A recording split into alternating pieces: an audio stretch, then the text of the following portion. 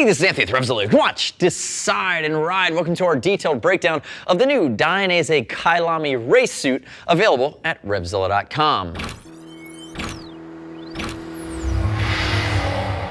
We're going to start out with a salute, and that is a salute to the Trickster EVO, which coming out in 2015 as the top-of-the-line $2,000 kangaroo suit from Dainese. We see the Trickster lineage end after a long and phenomenal run, being replaced by the Kyalami. Yes, to my left, this is a 100% kangaroo leather suit when it's not going to be using that S1 stretch component complementing it, ultimately playing in the $2,000 range from Dainese. And when we look at it, you know the drill with kangaroo. If you're playing in this pool, I might assume that this could be the first time you're seeing it, but when you go to kangaroo, what happens is you end up with 0.7 to 0.9 millimeter grade kangaroo leather, which tends to be just as abrasion resistant as 1.1 to 1.3 mil grade cowhide, but it's lighter and it's just as strong. So again, this suit is thinner, it's lighter, it carries the same abrasion resistant as your stock race suit, but it killed baby kangaroos. And that's okay with us because it's done humanely and they make beautiful,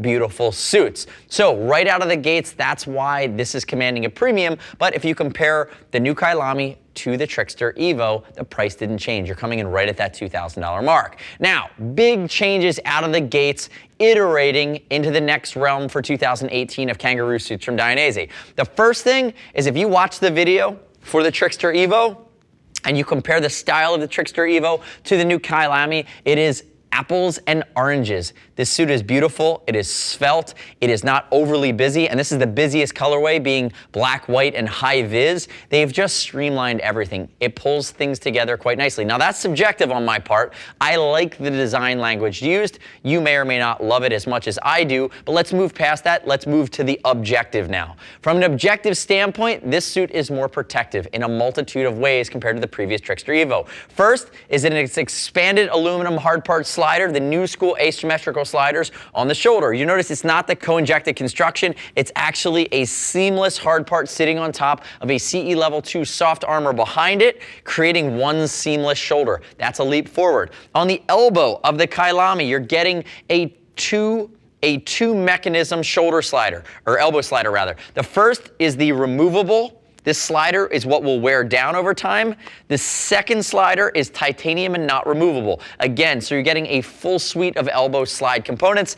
And then additionally, moving down to the knee, you're using CE level 2 hard parts behind the knee. You're getting an aluminum asymmetrical slider on the front of the knee, and they've increased the expansion panel above the knee. So again, beefing up their protection. I'll tell you, at the hip and at the shoulder, it's CE level 2 soft armor. At the elbow and at the knee, it's CE2 level composite armor living underneath the slider. So huge leap forward from a protection aspect. The other thing to speak to the differences between the Kyalami and the previous Trickster EVO is it's a leap forward in stretch, a leap forward in mobility. This is a race thoroughbred race suit. This is meant to be race fit, not sport fit, not relax fit. And notice how comfortable Brian is standing up and down it. That's because it's using triaxial stretch across the back, across the shoulder blade to the lat, down along the yoke. There's micro elastication along the backside. They've used additional S1 stretch to both flow air and add mobility along the front of this race suit. So again, really overhauling the mobility scheme here with the Kyalami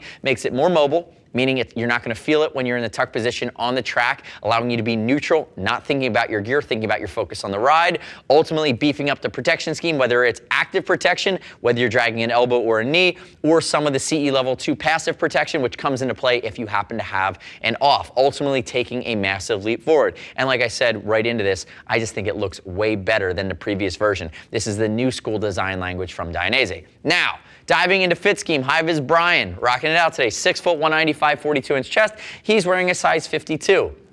Now keep in mind, the suit, he is painted into this suit. It's supposed to fit like that. It's got mobility where you need it, but it's supposed to keep everything centered. Now ultimately, he wants to, when you're going to measure yourself for this, make sure you take a deep breath. It'll give you enough room in the chest to potentially add chest protection as well as a CE level 2 back protector. He has neither of those in right now, but use the size chart. It should be consistent. It is a race fit from Dainese.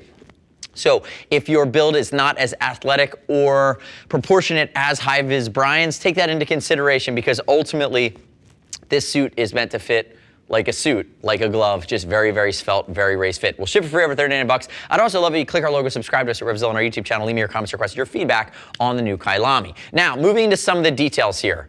Dainese New School logo across the collar. Notice it's a lightweight, thinner collar meant to be out of the way. Localized perforation throughout this suit. They're big bands of perf that are away from the seams. Ultimately, the suit is safety stitch in all of its seams, but by adding that localized perforation away from those seams, you're strengthening the main construction seams. As you work your way down, you're going to see collarbone around the inside of the armpit, all the way down the sleeve, S1 stretch panel, which is reinforced, will also flow a ton of air.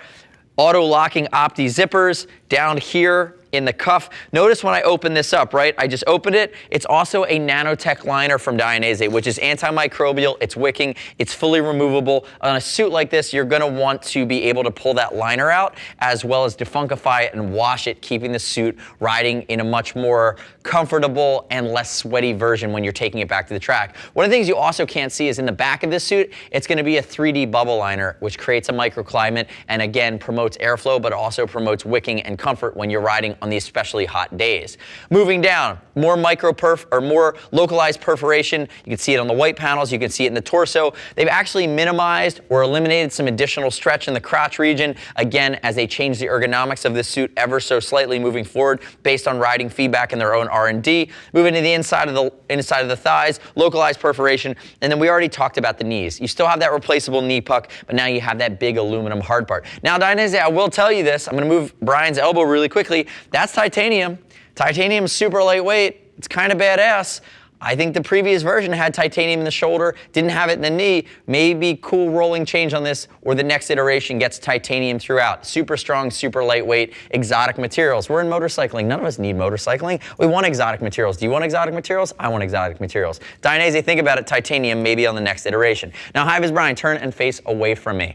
If we look at it, you see the beginning of this triaxial stretch coming all the way down, looping around underneath the front of his body and the front of his lat coming all the way around to the back and tying in with the yoke. Again, even moving into the chest. Again, that's one of the features that allows him to be more comfortable standing up and down, but also allowing for mobility when he's on the bike. You'll see backside of the bicep here along the tricep. It's kangaroo. It's perforated on the front, non-perforated on the back. It's a little bit more impact prone. Now you see this micro elastication. You see your full triaxial elasticated panel, and now you have additional elastication that is concentric lines here as they work their way out, and that's a way of adding additional stretch without adding the weight or the bulk of the elasticated stretch panel. Notice in the side as you work your way down, this is going to be your CE level 2 hip armor. Moving down, you can see the lateral side or the outside of the suit and knee. You have some logoing. You have S1 behind the knee as you work all the way down. And you can see this is certainly suit to boot as you work your way to the bottom of this suit.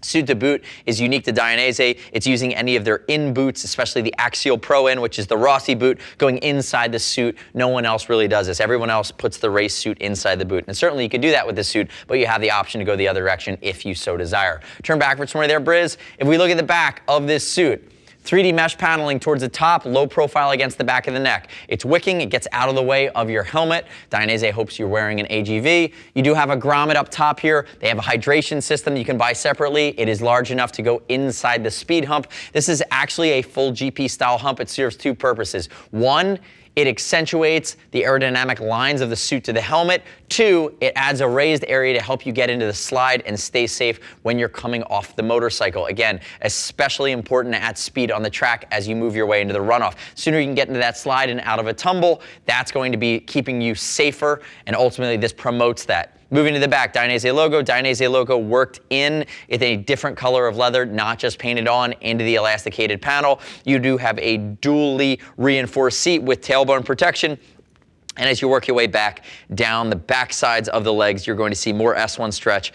And on the medial sides where you'd find the zipper on the Kyalami kangaroo suit to be able to go in and out of the pant legs. From the back, it's just as aggressive as we saw from the front. And again, the triaxial means 3 axes. You're starting at the top, you're working away in and around the lat, and you're working away all the way across. The ultimate in stretch components here as Dainese continues to push things forward. Come back around to the front for me there, Briz.